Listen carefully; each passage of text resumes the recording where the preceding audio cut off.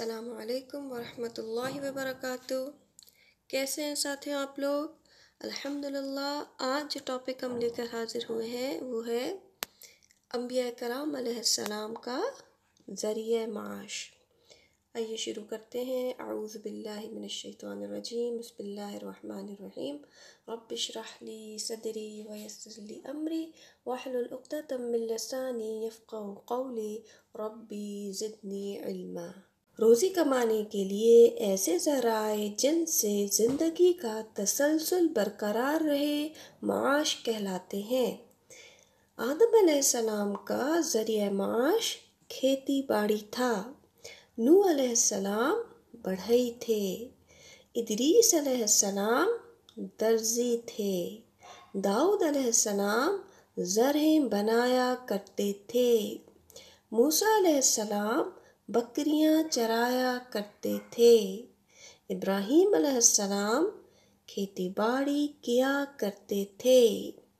اسماعیل علیہ السلام تیر بنایا کرتے تھے۔ صالح علیہ السلام تاجر تھے۔ سلیمان علیہ السلام کو اللہ سبحانہ وتعالیٰ نے شاندار حکومت عطا کی تھی۔ زکریا علیہ السلام بڑھئی تھے۔ حوا سلام علیہا چرخہ کاتا کرتی تھیں۔ آپ روئی کاٹ کر اپنے ہاتھ سے اس کو بنتی تھیں اور اپنے بچوں کو بھی پہناتی تھیں۔ مریم بنت عمران سلام علیہا بھی یہی کام کیا کرتی تھیں۔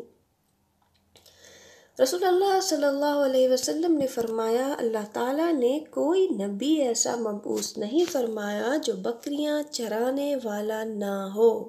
صحابہ کرام نے کہا، اللہ کے رسول آپ بھی غلہ بانی کرتے رہے ہیں؟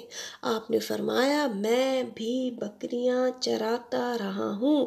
میں قیراتوں کے بدلے میں مکہ والوں کی بکریاں چرایا کرتا تھا۔ جب رسول اللہ صلی اللہ علیہ وسلم جوان ہوئے تو آپ صلی اللہ علیہ وسلم نے تجارت کو اپنا ذریعہ معاش بنایا۔ اس ذریعہ معاش کے انتخاب کی وجوہات میں سے نمایاں وجہ یہ تھی کہ آپ صلی اللہ علیہ وسلم کے خاندان بنو ہاشم اور قریش مکہ بھی تجارت پیشہ تھے۔ آپ کے آباء و اجداد تجارت ہی کی وجہ سے شہرت رکھتے تھے۔ قرآن کریم میں عرب کے تجارتی قافلوں کا ذکر ملتا ہے۔ ایلافہم رحلۃ الشتاء والصیف، انہیں سردی اور گرمی کے سفر سے مانوس کرنے کے لیے۔ قریش کا ذریعہ معاش تجارت تھی۔ سال میں 2 مرتبہ ان کا تجارتی قافلہ باہر جاتا اور وہاں سے اشیاء تجارت لاتا۔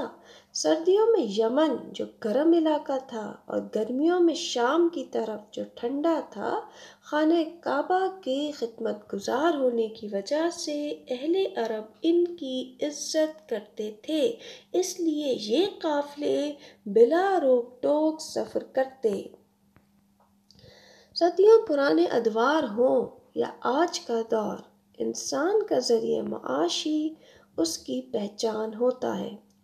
نبی کریم صلی اللہ علیہ وسلم کی قبیلے قریش کی پہچان بھی تجارت تھی۔ کیا آپ جانتے ہیں نبی کریم صلی اللہ علیہ وسلم کے قبیلے قریش کے نام پر قرآن کریم کی ایک سورت کا نام قریش ہے؟ انسان جس دور کا بھی ہو، حقیقت یہ ہے کہ اس کا پیشہ ہی اس کی پہچان ہے۔ فارغ انسان کو کوئی معاشرہ، قبیلہ، کنبہ قبول نہیں کرتا۔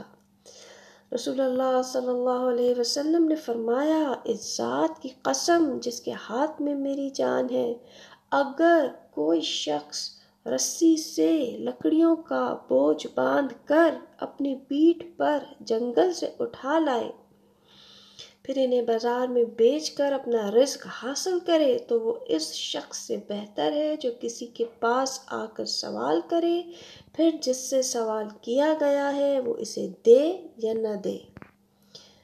جی ساتھیو، الحمدللہ، انشاءاللہ تعالی آنے والے نئے ٹاپک تک کے لیے مجھے اجازت دیجیے. اپنا بہت خیال رکھیے گا. سبحانک اللہم و بحمدک نستغفرک و نتوب الیک. السلام علیکم ورحمۃ اللہ وبرکاتہ.